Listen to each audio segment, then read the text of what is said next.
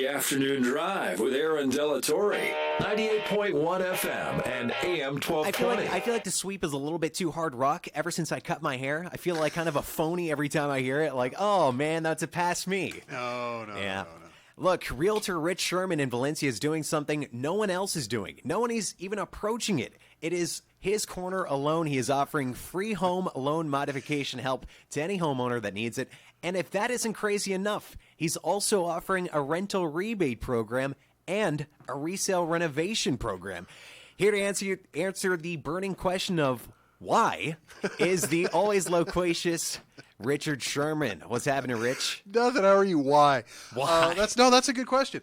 I'll tell you what. I'll tell you one from this morning. From my last appearance, I got a bunch of phone calls from people about the rental rebate program. That's where we give people money to buy a house. I know it's strange. We do foreclosure defense for free. I know that's weird. We give people money to buy houses. I know that's even weirder, but I've never heard anybody complain about us giving away money. We give people money to sell their houses, and I know that also sounds strange, but again, nobody's ever complained once about me giving them money. Not yet, anyway.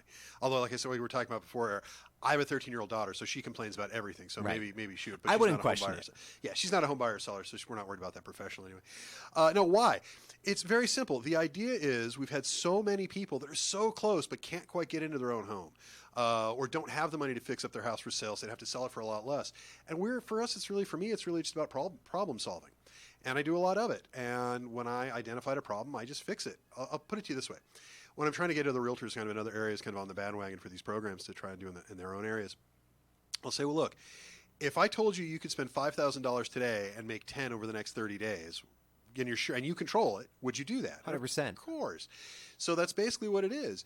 As realtors, we get paid a substantial amount in commissions. That's the way it works. I don't think that's a secret to anybody. I'm not suggesting it's too much. I'm not saying it's not enough. It just is what it is. Mm-hmm. But when I can step in and give somebody, it's not a loan. I want to make that clear. Give somebody a couple $1,000, $3,000, $4,000, $5,000, $6,000 to go buy a house. The program caps out at $10,000. So if I step in and give somebody $10,000 to buy a house, as long as we're still making money on the deal, it's fine with me. Mm-hmm. And there's a very, very high probability they will come back and see me again, that they'll send their friends and relatives. You know, the business theory of the more you give, the more you get is not new. It's not revolutionary. It just seems that way because so few people operate that way these days. Everything these days seems to be mine. And I get that. And that's fine. That's, I'm a capitalist consumer. I get it. That's healthy and all to a point. But there's nothing wrong with saying, I will take a little bit less so that I can do an awful lot more. Mm-hmm. I sell a lot of houses. I'm very fortunate to be in that position. I thank my clients for putting me in that position over the last almost 30 years, so thank you. And I don't have mistresses. I don't have a drug problem. I don't have a gambling problem. That's what they all say, Rich. But I don't. Kidding. I'm incredibly boring. I was much more colorful when I was younger. I got all that out of my system. But I'm very, very stories I can tell. Anyway, have you ever read Hunter S. Thompson? Anyway, no, I'm very normal these days, and I like it that way. I like consistency. That's sort of been the thing. So if I can step into the breach, like I was telling you about this morning. I had a client call me up from the last appearance this morning. Their credit is good. They're ready to go. The difference, to make a very long story short, the difference between buying their first house at about $550,000, $560,000, which is a fairly normal house in this area, 3-bedroom, 2-bath, if you can find it, and not buying it is $5,000. Literally, they are $5,000 short of being able to buy a house. So I'll give them the $5,000 and we'll go buy a house. Right. It doesn't have to be more complicated than that. I love it when people call up and they say, well, how does the program work? I give you money. It's based on your rent. And I give you money. And we go buy a house. Yeah, but how does it work? That's pretty much it. When did you first start the program? Oh, God, years ago. I used to, when I first got into real estate in probably before you were born, 1989. Oh, yeah. A while ago, yeah. It's pre-Aaron. Yeah, well, yeah. There you go. Yeah. We'll call it the PA era. Anyway, the first slew of clients I had, because I was all of 18, so I had a lot of younger clients, and they were always struggling with money. And so we were always calling title companies and escrow companies and saying, hey, can you cut your fees? Can you do this? Can you do that? Because I don't take kickbacks. And because I don't take kickbacks, again, no comment on anybody else. Do what you want to do to run your business. I don't like that. So I just don't do that. It's not that I'm not a fan of money. It's just I don't like the process that leads to. Whether you get your loan from lender A or lender B affects my income, and you don't know that, mm-hmm. That's a problem from where I sit. So, I leave it to other people. You're taking advantage of people, it seems. In my view, you really are. So, first of all, we disclose everything. But beyond that, I just don't do that. So, there's no issue. But I know that if I go to a lender, if I go to an escrow company, and I say, look, hey, we're doing some business together. Can you help me out for the client? They're always going to do it. They might not want to do it for me, and I can respect that. But when I look, you cutting your fees by a few bucks here or there, the difference between these guys buying a house or not buying a house, they're going to do it if they're a reputable company. They're going to do as much as they can. I'm not suggesting anybody work for free except me. But that's my thing.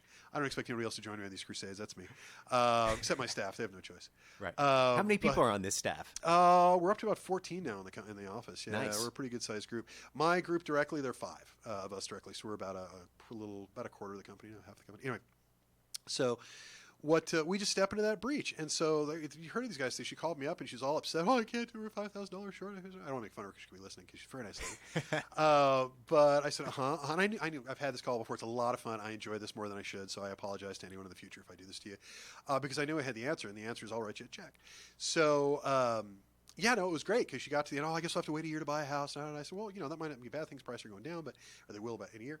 But in the interim, if you want to buy a house now, here's what I can do for you, and this is what we've been talking about. And she was very excited by this, and I must have said it like 6 times.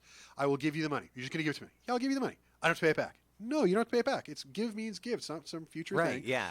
She did ask if she has to name her next child after me, and I said no. Middle name, at least. No, middle name possibly. Well, I try to stay away from people naming their kids after me because that's too much. Frankly, that's too much work for me. But I have had 2 goats, a llama, a camel, and alpaca, which I'm told is very similar to a llama. And 2 fish, and 1 turtle named after me over the years. Oh, so turtle's got longevity. That's nice. I got that going for me. Yeah, I don't know. I haven't checked in on the turtle yet, but I have that going for me. I'm sure it's doing well. Yeah, the goats are my favorite. A friend of mine, I wound up with these goats. It's a story as to how I got them, and I just brought them up to his farm because he has 3 little girls, and I left them there after he specifically said, do not take these goats to the house. And I said, sure, no problem. So I did because I'm awful that way. And who's going to take away baby goats from their daughter? So right, it worked for me. I was going to say, how did you get the goats there? But they were baby goats. They were baby goats. Well, there was a Boys and Girls Club auction years ago, and I was told the thing to do because I didn't know any better was to just buy whatever the first thing up is, and people think that's cool. Like an idiot, I listened. Yeah. And my friends thought this was hysterical. I thought I was sponsoring some goats. That's what I thought. Like you sponsor a cow in Africa, you write a check. That's the extent of my involvement.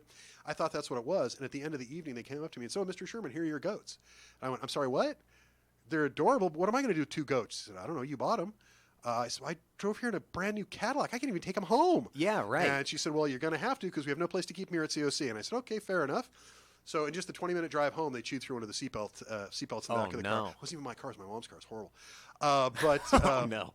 She's still angry about it, and I'm still laughing about it. But anyway, I dropped off the goats to his house. But the upshot to this is, a few years later, same friend calls me up and he says, "Hey, the goats are a boy goat and a girl goat. And now we have baby goats. And I wanted you to know the one that was born last is the loudest, is the biggest pain in the butt of all of them, pushes all the others out of the way to eat, talks constantly. We named after you." Perfect. And I said, "Yes, well, thank you very much. I'm sure he'll have a wonderfully big goat life, I hope." Yeah, an exceptional fit, and he's helping out all the other goats. He is the most obstinate one, and every time he would call me, this is years ago, the goat's long since passed on. We're on like our 4th or 5th generation of those goats, I'm told. But the goat named Rich, although there have been several now, the first one has passed on. But it was the orneriest goat that they had. He was always kicking things over. He was a problem. So yeah, aptly named. Yeah, makes sense. Named. But no, we do it for free because we can. We can, and somebody should. And again, I'm not saying that to put down anybody else doing anything else. That's their thing. But with me, I'm very fortunate in that I've had a pretty good career. I've done fairly well for myself. I've been around for a very long time. Well, I've literally been doing this longer than you've been alive, so I can't tell you how good that makes me feel. Oh, Lord, I'm not. We get the same amount of sleep, though. I have trouble sleeping as well. Yeah. It's gotten easier, though, right? Has it gotten easier since you were 18, 19, going into the real estate Well, people take me more seriously now because Right. I have a lot of gray hair, so I guess I look wiser. I'm going to just take it that way. My wife and daughter would probably tell you it's not that I look wise, but I'm working on it. And I wear glasses, so I got that going for me, too. But anyway, no, it's just changes. I mean, every changes come. It's like, if whatever you're doing, if you do it constantly, things change. Some things get easier, some things get harder. You just kind of roll with it. The real estate industry has changed just a ton in the 30 years I've been doing it. But right now, our biggest problem is dealing, as it always is dealing with the banks. Whether somebody's getting a loan or whether we're doing foreclosure defense, the way the banks are behaving right now is really unconscionable. They take rules that are meant to protect the consumer and they use it to beat up on the consumer. I'll give you a really good example.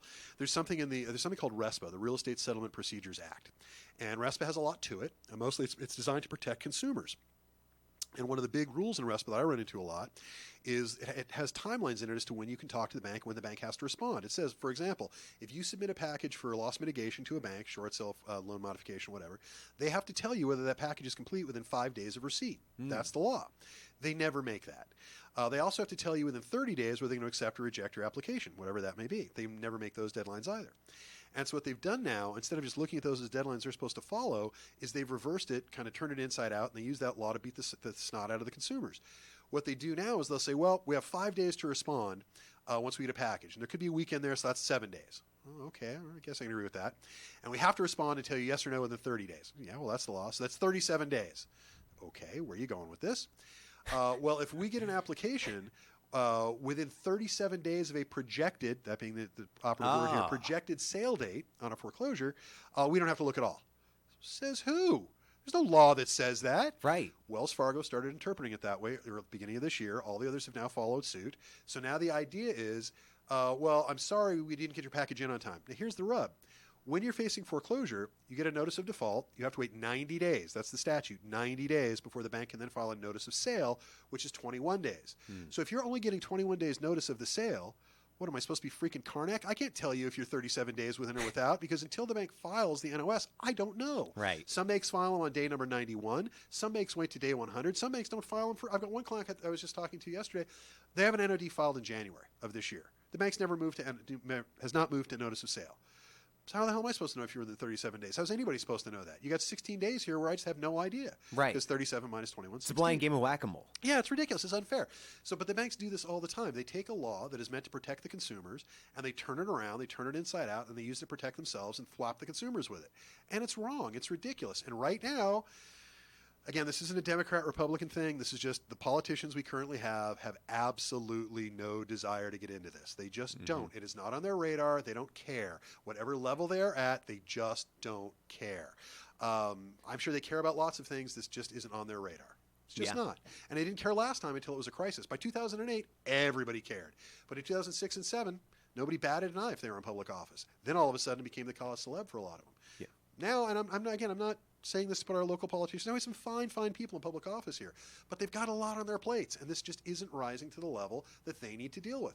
And it won't unless people make noise about it. And unfortunately, we don't talk to each other about this. One of the first questions I always ask people: okay, you're in this trouble. There's a good chance that 20 or 30% of people right now are having the same sort of issue on average. The statistics tell us. So if you got a block with 10 houses on it, that means it's you and at least 2 of your neighbors. Have you talked to any of your neighbors? And they always say no. Do you know the 5 words you're never, ever, ever allowed to say in polite society? I don't have the money. You are better off saying, I just got out of prison for killing a guy. That is more socially acceptable than saying, I don't have the money. Try it next time you're in a group of friends. Hey, want to go out for burgers? Oh, I'd love to go out for burgers. I just don't have the money. Oh, jeez, Aaron, I'm sorry about that. Oh, it's sorry to hear. They talk about like a cancer diagnosis. Oh, Aaron, I'm sorry to hear that. Yeah. Oh, you don't have the money for a burger. Oh, my gosh, how bad for you. It's okay. I'm not from this part of the world. I grew up here, but so I don't have those same sort of issues. I have no shame anyway, so I guess maybe that's why. Right. But you're never allowed to say that, and the banks know that. Well, I'll give you another example. Why is it every major bank in this country has a group of psychologists and psychiatrists on their payroll? Why?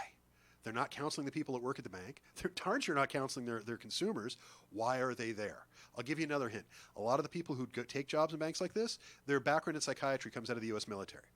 And they weren't counseling in the U.S. military either.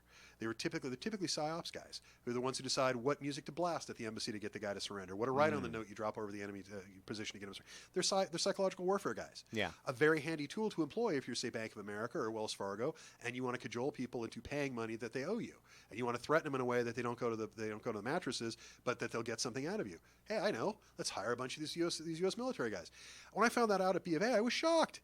Why would you be hiring these guys? What are you hiring them for? And it's to help us, convince Quick way to take advantage. Yeah, it's not fair. And that's ultimately, I think that's what the answer to your question is. Why do I do this for free? Why do I give people money? Because it's not fair. Because the system is rigged. And most people don't even know it because they don't know how the system works. And I don't mean to sound like somebody I should have tinfoil under my hat, but I've been doing this for 30 years. And I'm telling you, let's talk about verbiage just for sake of argument. There is so much vocabulary in a real estate transaction that you as the buyer or seller are expected to understand, know, and sign on the dotted line. But no one ever knows. Even so, I'll give you something simple. If I were to say to you or most of the listeners, do you know what a point is? If you're in a real estate transaction and I were to say this is going to cost you 1 point. Well, the clue is I said cost, so that it's a cost. Percent. Do you have any idea what it's exactly? It's a percent of the sale. You're exactly right. Most people don't even know that. I know people in real estate who sometimes don't know this, which is embarrassing. Oh. 1%, 1 point is just 1% of the loan amount. That's all it is. It's a way to describe an amount of money. Okay, I speak English, you speak English. Most people who are buying and selling out here speak English, doing contracts in English. Why don't you just say what the amount of money is? Why do you have to camouflage it in this nomenclature? Easier to say, I'll give you 1 point rather than I'll give you X amount of money. Exactly, because if you have a $500,000, let's say you're buying a house at $550 with 10% down, that means your loan is going to be $500,000. 1 point is $5,000. 2 points would be 10. And if a lender were to say to you, "Well, this is going to cost you $5,000," most people would go, "For what? Yeah. Why? Yeah. Why is this costing me five? I have to pay you so that I can pay you more money with an interest rate going forward. Why am I doing that?" Easier to give up 1 point than 5,000. Yeah, exactly. Well, one sounds like less than two. I'll go with that. That sounds fair. I mean, that's what happens all the time. And I'm always shocked. And there's so much vocabulary. It's totally unnecessary. In California especially, it's true in all 50 states, but in California especially, we've gotten to this really bizarre place in time now where we're asking realtors to act as if they're attorneys, and we're expecting the clientele to act as if they're attorneys. Well, it's there in writing. Haven't you read the black contract? and white. Yeah, okay. I know the contracts backwards and forwards. It's my job to know them. I've even had a hand in drafting the last several of them. I get it. That's fine. But to expect that, first of all, a realtor is not an attorney. We do not have the same background. We do not have the same educational requirements. We are not in the same game. Unfortunately, we're being kind of put into that. That's just the way it works. I don't have a better solution, by the way. I've discussed this with Carr at length with people at Carr. They say, "Well, that's great, Rich. We agree with everything. Now, what do you got that's better?"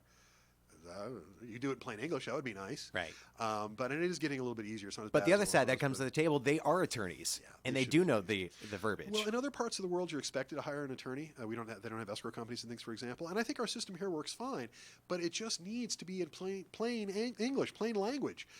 There's no reason to call a point. Just call it an amount of money. There's no reason that it's a sub. What the hell is a sub escrow fee? I've been doing this for 30 years. I don't know what a sub escrow fee is. I know how much it charges. I know that it comes from the title company. I know what the title companies will tell you it is. But if you were to ask me what is this, and it's on every house that you buy or sell, I don't know. I don't know. I've been doing this for 30 years. I don't know. I was in the room when they were invented. I don't know. To make that story is title companies are there because they're insurance companies. Their fees have to be published, Yeah. and they decided many years ago that they would like to add additional fees. So they created this whole new schedule of fees called sub escrow, and it sounds official. It's got the word escrow in it, right? Yeah. Sub sounds good. All right. Yeah, sub sounds. There used to only be a couple of bucks. I saw one the other day, $1,200 for a sub escrow fee. That's ridiculous. That is somebody involved is getting greased because there's no way that should be that high. They shouldn't be more than a couple $100. I object to that, but. It's like a mob no-show fee. Yeah. Yeah. Yeah, it is. I don't understand. Why can we not operate in clear, common language that is easy for people to understand? If you want this house, this is what it will cost you, and this is why. If you want to sell this house, this is how it works, and this is why. It's not that complicated. It's like math class when your teacher told you to show your work. It's not that hard. But we make it all so much more complicated than it needs to be because the idea is, near as I can tell, you've got an entire industry, multi-trillion-dollar industry. Real estate is huge. That's geared against educating the consumer. My business does not really cater to educated consumers. It caters to ignorant consumers, not stupid. Stupid means you don't know what you're doing. Ignorant just means you haven't been taught. And I have yet to have the client that I sit down with, and I use that point example where where their eyes glaze over. They know what I'm talking about. It's not hard once you sit down and explain it. But so to answer your question, we do this for free because somebody has to. We do it for free because I can afford to, and because it's fun, and because. Well, as a friend of mine puts it, I am cursed with for lack of a better term, honor and integrity in an industry that doesn't really welcome either of those two things. Right. Doesn't even know what they mean. Talking to most people in real estate about integrity is like trying to teach a fish to ride a bicycle. They just have no concept. They know what the word means, but they don't, most anyway, don't really understand how to put it into practice. And that's just sad. Because if you sit down with them, most people in my industry are good people. If you sit down and say, hey, do it like this, it'd be better for the consumer, they usually will. But unfortunately, most realtors are a little bit too involved with their commissions and not enough with their consumers' well-being. That's just me, though. The altruistic, always gregarious, and affable. He's a good guy. And I like Rich. Richard Szerman of Alta Realty, definitely long-winded, but we like that because we like having things explained to us. You can learn more about all three programs and more. Whether you're buying or selling, you can go to richsherman.com. Yeah, you can learn more about him and his team. Again, richsherman.com. That is Sherman, SZERMAN.com. You can also visit their office on Turney Road in Valencia. Give them a call, 661-253-3000. And Rich also gives out his personal cell phone number. Yeah, this is my personal cell phone number. It really is my personal cell phone number. You can call me on it 24 hours a day, 7 days a week. I like my job, so I'm apt to answer. I like feeling useful. He's only sleeping 4 hours a night. Yeah, and I don't sleep a lot, insomnia. But so, it's good. It keeps me busy. And if I don't answer, just send me a text, and I'll get to you as quick as I can. But that number is 661-714 1400. It's been that for a long time. 661-714-1400. And I promise I will answer the phone. I will answer your question. You can call me, just ask questions. You don't have to have a reason. You can call me, just ask questions. I don't mind. Yeah. Keeps me busy. Just call him and say what's up. Yeah. 661-714-1400. Call me anytime. Rich, thanks so much, man. Thank you. Thanks for the airtime.